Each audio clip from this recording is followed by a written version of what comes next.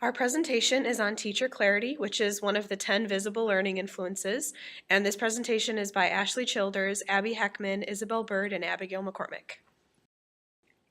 So to begin, teacher clarity is a main emphasis and foundation for Hattie's visible learning approach. Teacher clarity relies on teachers clearly communicating learning intentions for students. This clear communication makes learning visible to students, and in that, the teacher is able to show the students what and how they are learning.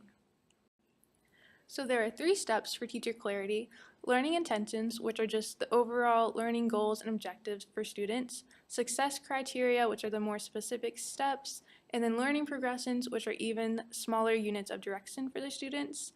And teachers need to communicate lesson intent and criteria for success early. And to do that, teachers must have a thorough understanding of the 3 steps and how those apply to their students. So one study was done that compared over 50 other studies, and they all were looking at teacher behaviors.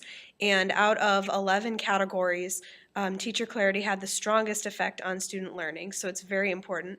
And teacher clarity also accounts for approximately 13% of variance in student learning.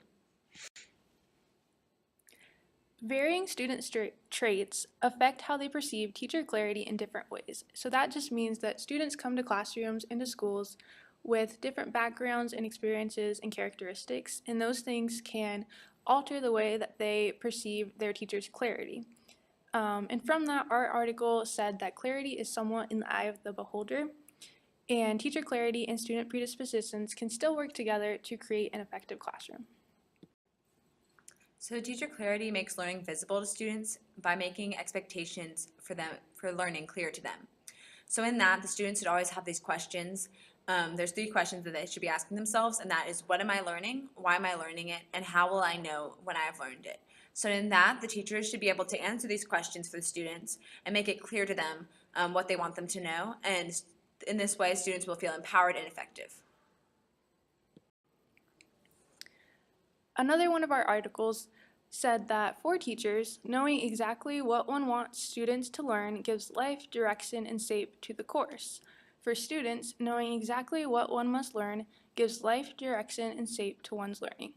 And so that quote basically just shows us a little bit more about how teacher clarity is important to teachers, in that it shapes their instruction and helps to make it more effective, and that it also helps students in becoming more effective in empowered learning and making them successful in their learning. So this chart goes over teacher clarity and the progression through it. And so we start off with define and describe learning intentions and success criteria, apply the process to a single standard, break a learning intention into learning progressions, and then you continue the process with multiple standards within a unit of study, co-construct success criteria, and finally transfer ownership of learning by partnering with students. These are our references, and thank you for watching our presentation.